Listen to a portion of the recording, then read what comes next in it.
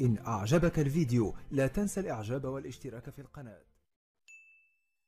عندما منعوا في الأول قالوا لا تخرجوا، لا تتظاهروا، لا أبد، لا تعارضوا، اسكتوا، هذا ليس معناه كما هم يشيعون الآن أنه أنتم تؤيدون بشار.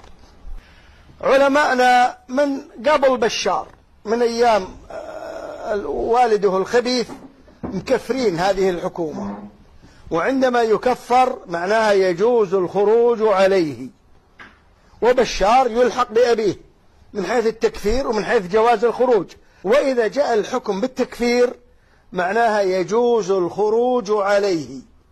وأرجو أن نفهم معنى هذا الكلام. كافر يجوز الخروج عليه، وبعدين يقولون لا تخرجوا عليه ولا تتظاهروا.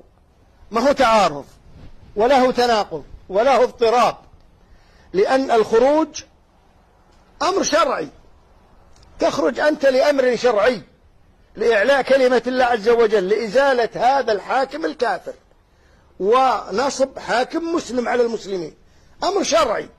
لكن ما فيه أمر شرعي يا عبد الله، سواء في باب الوجوب، باب الندب، باب الجواز، إلا وهو مقرون بشروط.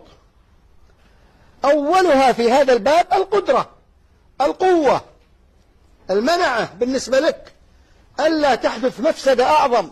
أما إذا ما عندك القدرة من هنا، عندما قالوا لا تخرجوا عليه لعدم وجود الكفاءة، لعدم وجود القدرة، لعدم استيفاء الشرط، ما عندنا أمر، والمفاسد اللي راح تترتب أكثر.